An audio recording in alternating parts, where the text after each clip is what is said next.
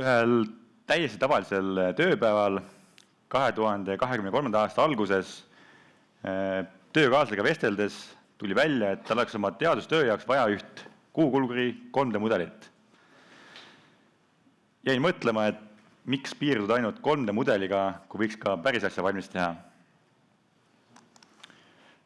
Paar päeva hiljem saatsin kolleegile soovitud 3D mudeli ning lisaks 3D mudelile näitasin ka esimese prototüübi alget.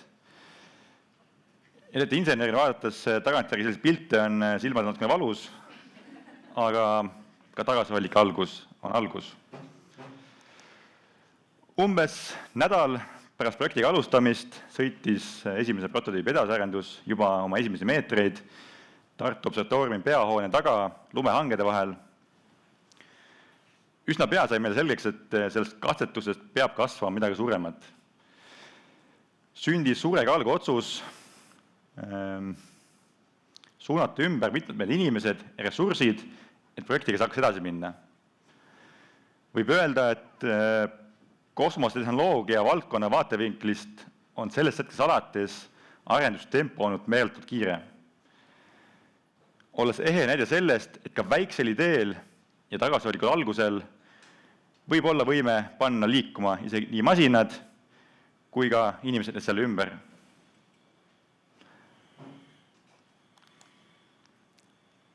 Aga miks me kutsume oma kulgurit kuupkulguriks? Vihje sellest leiab sellest planeedist, kuhu ta läheb, kui ka sellest mustast kastist siin kulguri peal.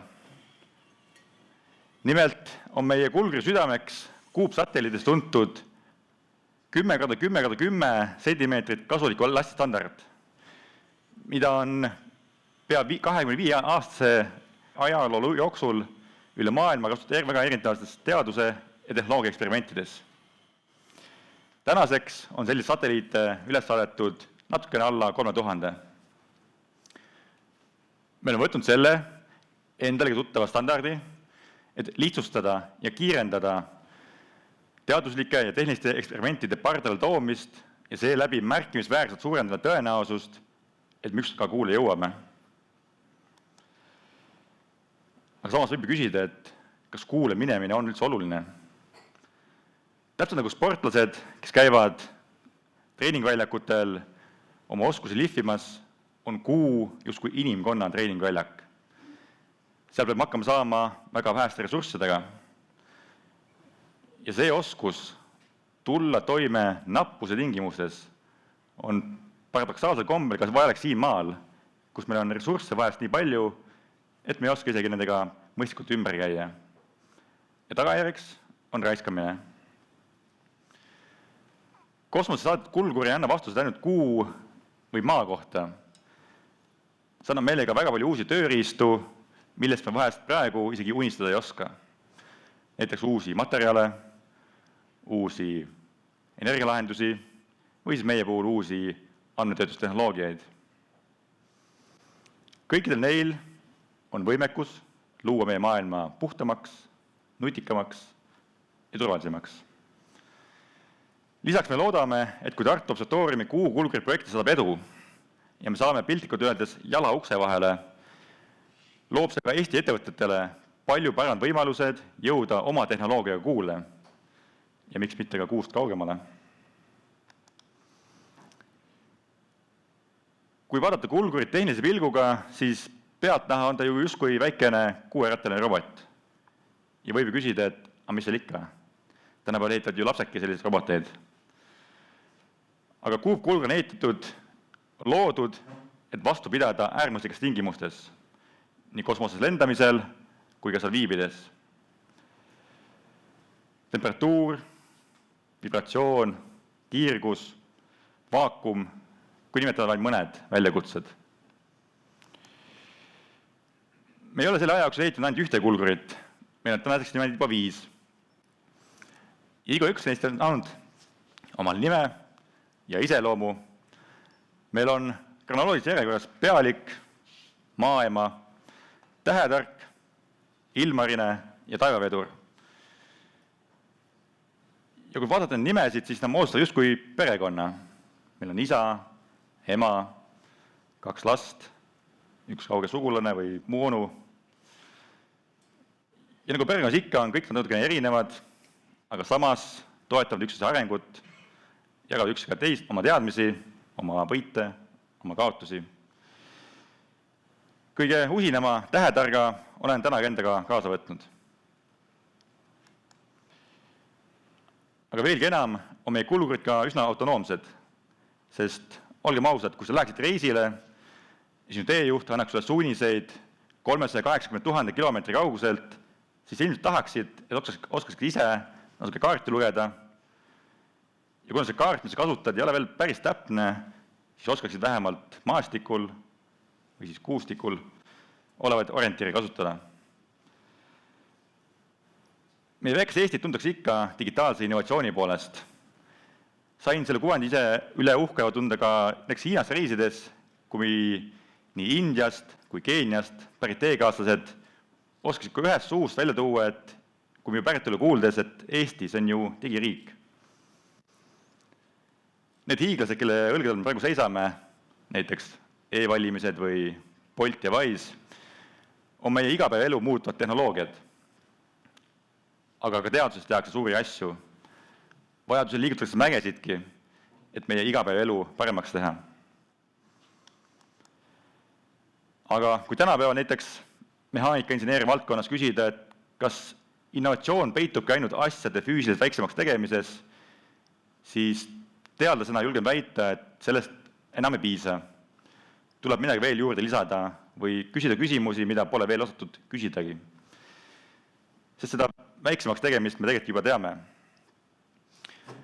Enne mu eelkõne Kaupo rääkis maa digitaalsest kaksikust, tegeleme meie Tartu Ülikooli Tartu Observatooriumis kuu digitaalse kaksiku loomisega. Ja oma enda doktoritöös tegelen mina kuu kulguri digitaalse kaksiku loomisega. Aga miks me neid digitaalseid kaksikuid siis vaja on? Tavaliselt hakatakse oma ideed teostama nii, et võtad teibirulli ja papitükid, seejärel võtad kasutusele näiteks 3D printeri ja lõpliku mudeli teed valmis näiteks alumiiniumist või mõnes muust sulamist. Lisaks on sul vaja mitmeid pädevaid insenere ja inimesi ja lõputult töötunde, kes loovad sellele karkassile vajaliku elektroonika, tarkvara, algoritmid ja muu olulise, kuniks sa oled jõudnud punkti, kus võid tulemusega rahul olla. Ja nii algusest peale, uuesti ja uuesti iga missiooni ja selle spetsiifiliste tingimuste jaoks. Aga kui kasutada meie väljatöötatud digitaalset kaksikut, mida virtuaalses videomängu meenutavat keskkonnas kohaldada vastavalt erinevatele tingimustele, on võimalik säästa väga palju aega ja muid ressursse. Ja läbi selle saavad teised teadlased ja ettevõtted meie töö tulemusel nii-öelda teibirulli ja papitüki faasi vahele jätta ja keskenduda üksnes oma missiooni läbiviimisele. Nii mõnedki meist on kuulnud lauset, et miks sa neid videomänge ikka mängid, et neid ei vii sind ju kuhugile. Meie majas see tõde enam ei kehti. Meil viivad videomängude arendamine ja mängimine teid kuuda vastama. Ja kui te lubate mul unistada, siis ma näen oma vaimusilmas üht klassitäit Eesti koolilapsi aastal, ütleme 2075, 50 aasta pärast. Nad istuvad oma klassiruumis, kuu pinnale ehitatud baasis ja kuulevad ajalootunnis, et kõik see sai nende jaoks võimalikuks, sest mingid tüübid Tartust julges unistada ühest kulgurist. Aga ilma tulevikku hüppamata on kuupkulgurima praegu osa Eesti haridusloost. Kuupkulgurist on kaitstud 9 bakalaureuse ja 5 magistritööd ja pakub praegu ka ainest mitmele valmimale doktoritööle, sealhulgas minu enda omale. Kuupkulgur on näide sellest, kuidas tudengite algatus võib kasvada rahvusvahelise mõõtmega kosmosetehnoloogia projektiks. Mõned teist on kindlasti kuulnud Eesti esimese satelliidiprojektist ESCUBist, mis sündis Eesti ülikoolidest omandatud teadmistest. Ja nüüd me teame, et ESCUB 1 ja ESCUB 2 ei olnud pelgalt mitte ainult satelliidid, vaid seemneks Eesti kosmosetehnoloogia tulevikku, tuues kokku väga palju noori inimesi, tudengeid ja visionääre. Ja nüüd, aastaid hiljem, on just need samad inimesed ja just need samad kogemused need, mis veavad edasi kuupkulgurit. Ja mis see salata? See tugevdab ka ülikoolide rolli, olles mitte ainult tugev teooria õpetamises, vaid võimaldades selle toel ka praktiseerida teadusepõhist inseneeriat ja miks mitte ka ettevõtete loomist. On ju mitmed tudengi- ja hargettevõtted saanud alguse just sellistest projektidest. See ühtlasi inspireerib rohkem noori valima tehnika- ja täppisteadusi, kasvatas meile uusi tulevasi teadlasi ja insenere, kellest iga tööandja unistab. Aga kuupkulgur õpetab ka midagi, mida ükski õpik ei suuda. Selleks on kannatlikkus.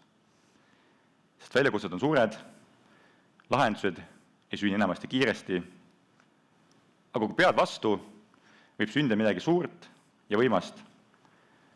Ja see ongi õppimise võlu. Võlu, mida paljud noored võib-olla põhikoolis ja keskkoolis ei leia.